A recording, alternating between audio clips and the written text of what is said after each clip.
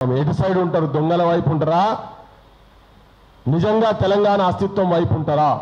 ఇంత బహిరంగంగా మేము సంవత్సరం నుంచి చెప్పుకుంటూ వస్తున్న దాన్ని ఇవాళ పత్రికలల్లా చాలా క్లియర్గా, వాళ్ళ పత్రికలల్లా చాలా న్యూస్లు మనం ఎంత న్యాయబద్ధంగా ధర్మబద్ధంగా ఉన్నటువంటి ఒక చిన్న పాయింట్. ఇప్పుడు అదేదో ఛానల్లో వాడు అడవి పందులు ఎక్కుంటాడు, మార్వాడి వాడు జిగ్నేష్ జోషి అంటాడు. ఏమన్నాడు? తెలంగాణ వాళ్ళకి 2000 ఆ రోజు దొరికితే వాళ్ళు తాగుడు తప్ప ఇంకొకటి లేదన్నాడు. వాడిని బట్టలు ఇప్పి మొత్తం హైదరాబాద్ అంతా తెలంగాణ అంతా తిప్పి కొట్టాలి కదా మనం. ఒక్క పార్టీ వాడన్నా మాట్లాడిండా? చివరికి ఆడు ఏడ మునిగి ఏడ తేలిండు? ఆ ఛానల్లో మునిగితే వాడు కిషన్ రెడ్డి ఏదో ఫంక్షన్లో తేలిండు. వాడు సిగ్గు శరం ఉండాలి మీకేమన్నా కొంచెం అన్న. అట్లాంటి దుర్మార్గమైన ఆలోచనతో మాట్లాడిన వాడినితోని మీరు మీటింగ్ షేర్ చేసుకుంటున్నారంటే మీరు మనుషులేనా? అసలు తెలంగాణ వాళ్ళ ఓట్లు మీకు ఎందుకో చెప్పాలి. వాళ్ళే కాదు, వాళ్ళ మీటింగ్ అడ్రస్, వాళ్ళ మీటింగ్లో షేర్ చేసుకోవడం ఒక ఎత్తు అయితే, ఈ సైలెంట్గా ఉన్న ఈ బీఆర్ఎస్ కాంగ్రెస్ వీళ్ళు కూడా దొంగ పార్టీలు, వాళ్ళతో చేతులు కలిపినట్టే. తెలంగాణ వాళ్ళు 2000 రూపాయలు ఉంటే తాగుబోతులు తాగుతారనంటే వాడు ఎవరిని అవమానించినట్టు? వాడు ఇక్కడ బతుకుతాడు, ఇక్కడ నీళ్లు తాగుతాడు, ఇక్కడ భూమి మీద బతుకుతాడు. రేపు పొద్దున సస్తే ఈడనే ఈ 4 అడుగుల 6 అడుగుల భూమిలో వాడిని పాతి పెట్టాలి. మళ్ళీ అదొక పెద్ద దండగా. సో మనకు పౌరుషం ఉండాలి కదా. ఎవడైనా ఈ పోరాటాన్ని అడ్డుకునే ప్రయత్నం చేస్తే, ఈ పోరాటాన్ని అడ్డుకునే ప్రయత్నం చేస్తే వాడు తెలంగాణ ద్రోహి కింద మనం ముద్రేయబోతున్నాం. సో ఇది జరగకపోతే తెలంగాణకి భవిష్యత్తు లేదు. పెద్ద కుట్ర ఉన్నది. ఈ సర్ ప్రక్రియ కూడా చాలా పెద్ద కుట్ర ఉన్నది. మొత్తం ఇంటర్ డిస్ట్రిక్ట్ మన ఓటు పక్క జిల్లాలో ఉండి హైదరాబాద్లో కూడా ఓటు ఉంటే మన ఓటు కూడా బిక్తున్నారు. అదే వేరే రాష్ట్రంలో ఓటుండి ఇక్కడ ఓటుంటే 2 ఓట్లు ఉంటున్నాయి వాళ్ళవి. ఇది ఎట్లా? గుజరాత్ తోటి ఆడుంటుంది, ఈడు ఉంటుంది, చివరికి ఆంధ్ర వాళ్ళది అక్కడ ఉంటుంది, ఇక్కడ ఉంటుంది. అంటే హైదరాబాద్ కేంద్రంగా వాళ్ళు రాజకీయ పెత్తనం మన మీద చేయబోతున్నారు. ఈ పోరాటంలో ఓ 4 ప్రాణాలు పోయినా పర్లే, ఈ తెలంగాణ కోసం మనం కలబడి నిలబడాల్సిన అవసరం అనేది, తెలంగాణని కాపాడుకోవాల్సిన అవసరం అనేది. Thank you. తెలంగాణ ప్రజలకు మాకు అన్ని విద్యలు తెలుసు, అర్థం అయ్యేటోళ్ళకు అన్ని అర్థమవుతాయి. ఇంతకుముందు రాగా అన్నాడు కదా, ఆ జిగ్నేష్ జోషి అనేటైనను ఆయన బట్టలు ఆయన తాలూకాదారులు కూడా ఇప్పి ఏమేం చేయాలో అవి చేయాల్సిన ఆలోచనలు అందరికీ ఉన్నాయి. ఆ సాహసం కూడా ఉంది, కానీ చేయదలుచుకోలే మేము. ఇంకా ఇప్పటికీ ఉద్యమం తారాస్థాయికి పోయినప్పుడు దానికి అదే జరిగిపోతుంది. అయితే ఇక్కడ మొదలు చేయాల్సిందంటే మన రాజకీయ నాయకుల బట్టలు ఇప్పాలి. ఇప్పుడు ఏది రాజకీయ బట్టలు ఉంటే వేసుకున్న బట్టలు కాదు. మన రాజకీయ నాయకులు, తెలంగాణ కాంగ్రెస్ నాయకులు, తెలంగాణ బీజేపీ నాయకులు, తెలంగాణ బీఆర్ఎస్ నాయకులు, ఇంకా మిగతా పార్టీల నాయకులై రాజకీయంగా వీళ్ళను నగ్నంగా నిలబెట్టాలి. జనం ముంగట నగ్నంగా నిలబెట్టాలి.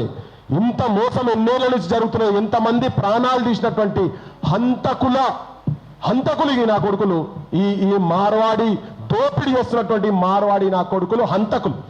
ఈ హంతకులు వీళ్ళ దగ్గర పైసలు లేకునేటువంటి చిల్లర నా కొడుకులు తెలంగాణ రాజకీయ నాయకులు అని చెప్పని, అది ఎవరైనా కావచ్చు. ముఖ్యమంత్రి కాడికి వెళ్ళి చెప్తున్నాను నేను, ఎవరిని స్పేర్ చేసే పరిస్థితి లేదు.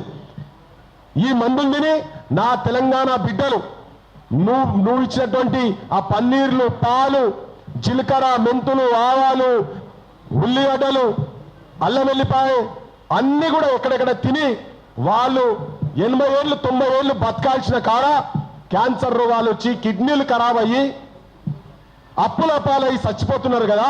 వాటన్నిటికీ కారణమైనటువంటి ఈ పాపపు కూడు నింపిస్తున్నటువంటి కొంతమంది మార్వాడి నా కొడుకులు ఉన్నారు కదా, వాళ్ళ దగ్గర పైసలు ఏడుకుంటున్నటువంటి రాజకీయ నాయకులు శవాల మీద పైసలు ఏరుకునే దానికన్నా హీనమైన నీచగాడుదులు మీరు. ఎంత దరిద్రం. మొత్తుకొని సచ్చిన సంవత్సరంకి వెళ్ళి, అరే నాయన వాళ్ళ దొంగలు ఎందుకు అన్ని పైసలు ఎట్లా సంపాదిస్తున్నారు అని చెప్పని. సో బరాబర్ తెలంగాణ ప్రతి రాజకీయ నాయకునికి ఈ లంగ దందాలు చేసేటువంటి దగ్గర వాటాలు ఉన్నాయి. వాటాలు లేకుంటే బహిరంగంగా వచ్చి కొట్లాడడం ఉండే. ఇది 5వ తారీఖు జరిగితే 4వ తారీఖు అంతకుముందు రేడ్లు జరుగుతుంటే ఒక్క రాజకీయ పార్టీ దీని మీద ఎందుకు మాట్లాడలేదు? మాట్లాడినారు అది ఎవరన్నా? ఒక్క రాజకీయ పార్టీ దీని మీద మాట్లాడిందా? ఇలా నేను ప్రిజర్వ్ చేసుకున్న ఈ పేపర్లన్నీ నా తెలంగాణ సమాజానికి చూపించాలని చాలా మంది ఆందోళన మాట్లాడుతుంటారు. వీళ్ళు వేర్పాటువాదులు, ఒకడైతే ఉగ్రవాదులు అని మాట్లాడిండు. అరే అవులాగా, ఇప్పుడు చెప్పు, దీని మీద ఏం చెప్తావు చెప్పు. ఇన్ని రోజులు మేము చెప్పిందాన్ని ఇప్పుడు ఏం చెప్తారు చెప్పండి. నీ ఇంట్లో కూడా దీని ఉంటారు. ఇది పైసల కక్కుర్తి వాడి చిల్లరగాళ్ళు, మీరు దోపిడిదారులు. చాలా బాధతోటి అవమానంలో మాట్లాడాల్సిన పరిస్థితి వస్తున్నది. తెలంగాణను మొత్తం శ్మశానం చేసేటందుకు సిద్ధమై కూర్చున్నారు వీళ్ళు. వ్యాపారస్తునికి పైసల మీద తప్ప వేరే సోయి లేదు. ఇక్కడ కుల వృత్తులు చేసేటువంటి వాళ్లకు, ఇంటి పక్కలకు, ఇంటి ముంగటోళ్లకు, ఇంకో కులాలకు ఆప్యాయత, అనురాగం, ప్రేమ ఉంటది కాబట్టి వాళ్ళు కేవలం పైసల గురించి ఆలోచన చేయరు. వాళ్ళ జీవితాలు నిలుపుకుంటూ నువ్వు బతుకుల నాశనం చేసిన మావోళ్ళ మీద, కోటోళ్ళ మీద ఒక నానుడు ఉంటది. తరాజు కింద చింతపండు పెట్టి కొద్దిగా మొగ్గు చేస్తాడు నాయన అని. వాడు ఆ తరాజు ఎక్కపోయిండు, బాటలు ఎక్కపోయిండు, వాళ్ళ బతుకులు ఎక్కపోయిండు, వాళ్ళ ఇళ్ళు ఎక్కపోయిండు. ఆఖరికి వచ్చి ఒక అనకొండ లెక్క తెలంగాణలో ఉన్నటువంటి వ్యవస్థను మొత్తం సర్వనాశనం చేసుకొని వచ్చిండు. వరల్డ్ కప్ చూడుని ఎంత నైపుణ్యం. అది ఇక్కడ రా నసీన, నన్ను ఇట్రా ఒక్కసారి జనానికి చూపిండ్రి. తెలంగాణలో ఎంత అద్భుతమైనటువంటి కళారూపాలను ఉన్నాయి. హస్తకళలు ఎంత అద్భుతంగా ఉన్నాయో. ఇక్కడ భువనగిరికి వచ్చారు వీళ్ళు, చూడండి. ఇంతకుముందే చెప్పిన నేను, భువనగిరి నుంచి వచ్చిర్రు. ఇగో ఈ జెండా దేనికి?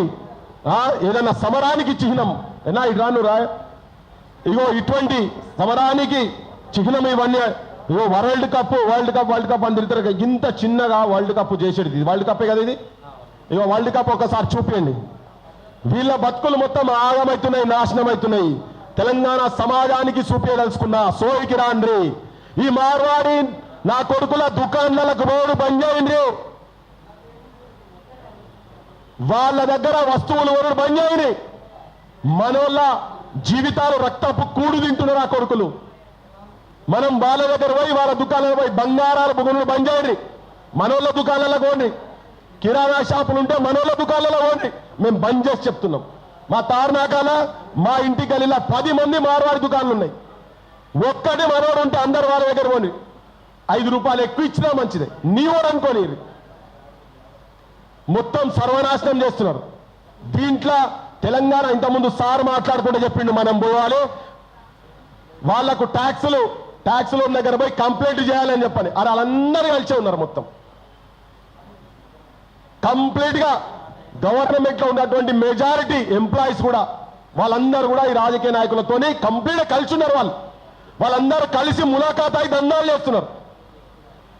మా బావ ఉప ముఖ్యమంత్రి అంటే ఆ ఉప ముఖ్యమంత్రి అని ఉండే, అరే నువ్వు చేసే దందాలకు కాదురా నేను బావను, నువ్వు చేసే దందాలకు కాదు అని చెప్పనుండే. చెప్తున్నా, తన కూడానే విజ్ఞప్తి చేస్తున్నా.